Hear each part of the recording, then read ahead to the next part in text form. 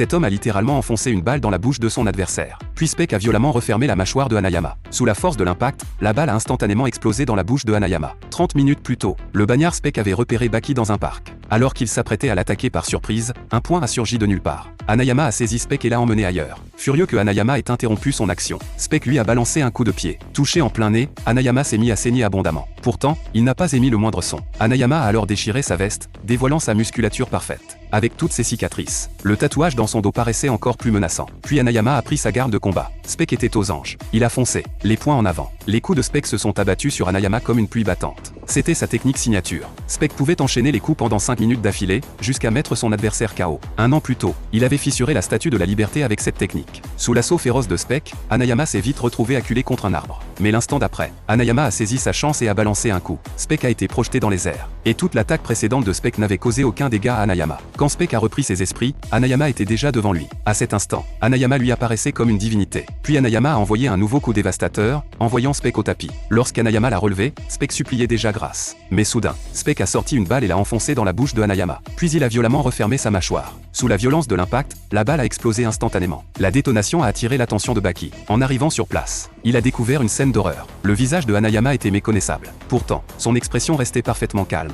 Spec a voulu profiter de l'occasion pour achever Hanayama. Mais Hanayama l'a devancé et l'a envoyé valser d'un coup de poing, en percutant un lampadaire. Un violent courant électrique a traversé tout le corps de Spec. Hanayama, gravement blessé, s'est effondré à son tour. 10 minutes plus tard, Hanayama, le premier à reprendre connaissance, a livré Spec à la police. Voyant Hanayama grièvement blessé, le commissaire a voulu lui envoyer les meilleurs médecins. Mais Hanayama a refusé. Finalement, il n'a pris qu'un manteau avant de partir.